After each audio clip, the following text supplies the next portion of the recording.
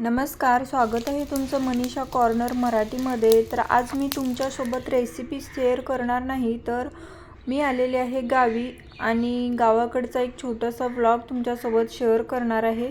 तर आता वाजलेले आहेत सकाळचे 6:30. गावाकडे थंडी भरपूर आहे आणि इकडं पालापाचोळ्याची एक शेकोटी पेटवलेली आहे. हे जे पालापाचोळे आहेत ते एक खूप मोठं इथं जांभळीचं झाड आहे आणि त्याचे पाले सुकून खूप पडतात, तर त्याची शेकोटी पेटवलेली आहे. गावाकडील वातावरण सकाळी सकाळी खूप भारी वाटते. दारातला पाचोळा रोज ढीगभर निघतो आणि रोजच्या रोज हे लोक शेकोटी पेटवतात. आता तुम्हाला दाखवते. सकाळी सकाळी 5:30 वाजता उठून मी इथं एक म्हावाळ काढलेलं आणि त्याच्या माश्या एका साईडला अशा पडलेल्या आहेत. जसं ऊन पडेल तसं त्या उठून जातील. तुम्हाला दाखवते म्हावाळ कुठं होतं नेमकं ते, आणि ते म्हावाळ मीच काढलेलं आहे. लहानपणी सुद्धा मी म्हावाळ खूप काढायची आणि आजही काढलेलं आहे. तर याच ठिकाणी बसलेलं ते मी काढलेलं आहे. आणि हे आहे माझ्या माहेरचं अंगण, जिथे मी लहानाची मोठी झाली. तेच हे अंगण आहे. पहिले इथं खूप झाडं असायची, लिंबाची, सागवानाची आणि निलगिरीची. तर ते आता तसे काहीच झाडं नाही आहेत, थोडीफार लिंबाची आहेत. त्यानंतर इकडं चूल पेटवलेली आहे पाणी गरम होण्यासाठी. अंगणातली झाडलोट होते तोपर्यंत पाणीसुद्धा गरम होते.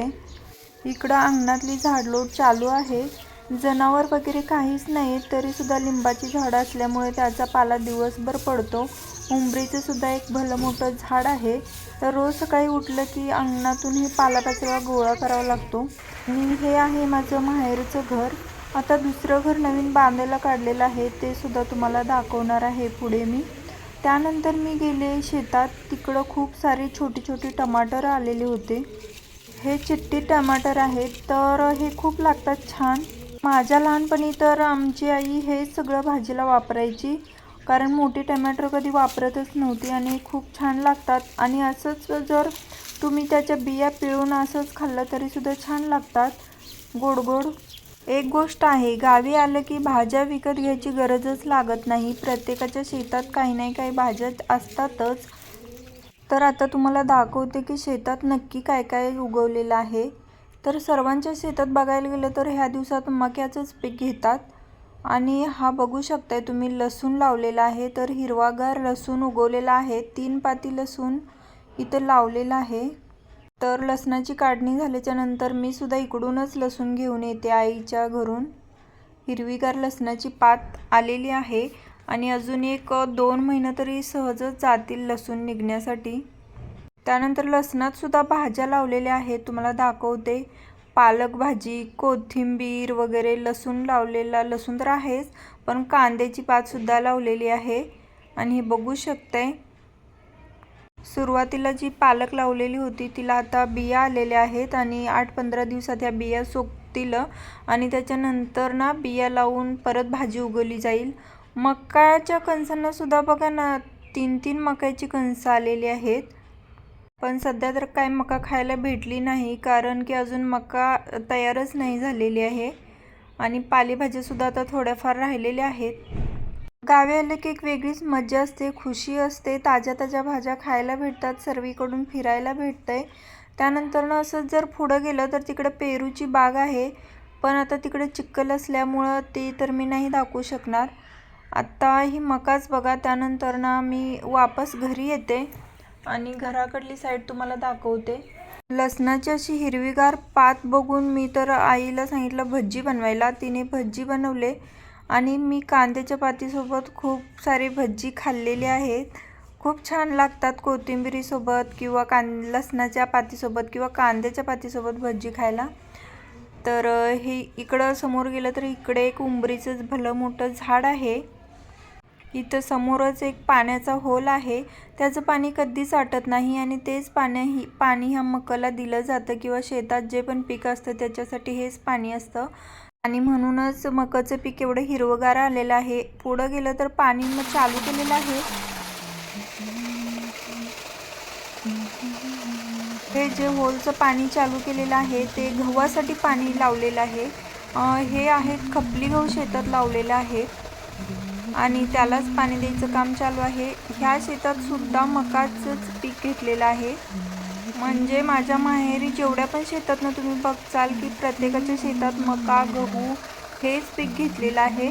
गेल्या वर्षी ह्या शेतामध्ये सूर्यफुलाचं पीक घेतलेलं, तर त्याचे पण काही बिया पडलेल्या त्या उगवलेल्या आहेत.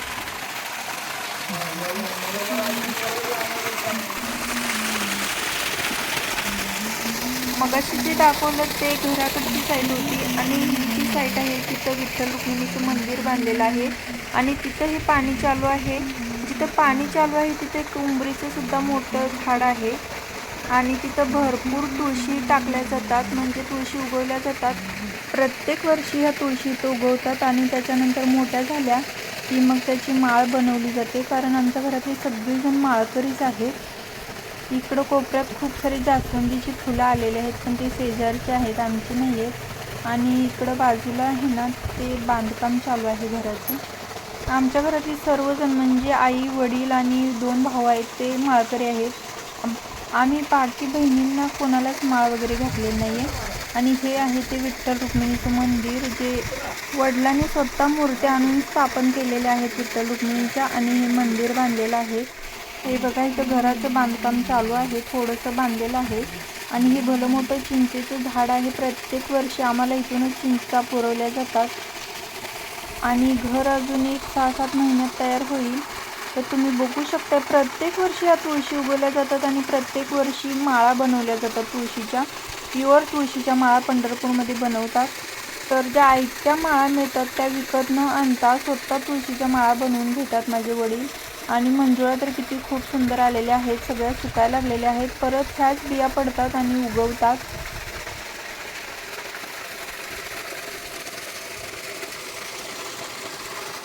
खळखळ पाण्याचा आवाज आणि शांत वातावरण खूप भारी वाटते गावाला आलं म्हणजे. आणि हिरवीगार शेती, थंडी एकदम म्हणजे अशी भरपूरच आहे थंडी गावाला. आणि हे जे पाटाचं पाणी जाते, पाटाचं तर नाही म्हणता येणार, मोटरीचं पाणी जाते. इकडं दारं धरायची कामं चालू आहेत. मी सुद्धा लहानपणी खूप कामं केलेली आहेत, म्हणजे असं दारं वगैरे धरायचं, छोटी छोटी कामं करायची, वडिलांना मदत करायची कोणत्याही कामात. गव्हाचं पाणी देऊन झाल्यानंतर ना घराकडल्या साईडला जो हौद आहे त्याच्यामध्ये पाणी काढलेलं आहे आणि हे हौद भरून आता पाणी वाहते. ते पाणी थेट मकाला जाणार आणि मका अजून हिरवी होणार. तर हा हौद सुद्धा खूप जुना आहे. ह्या हौदाला 25 वर्षे झाली, कमीत कमी 25 वर्षे झालेली आहेत. माझ्या लहानपणी बांधलेला होता, अजून सुद्धा चांगलाच आहे. तर तुम्हाला माझा गावाकडचा व्लॉग कसा वाटला कमेंटमध्ये नक्की सांगा.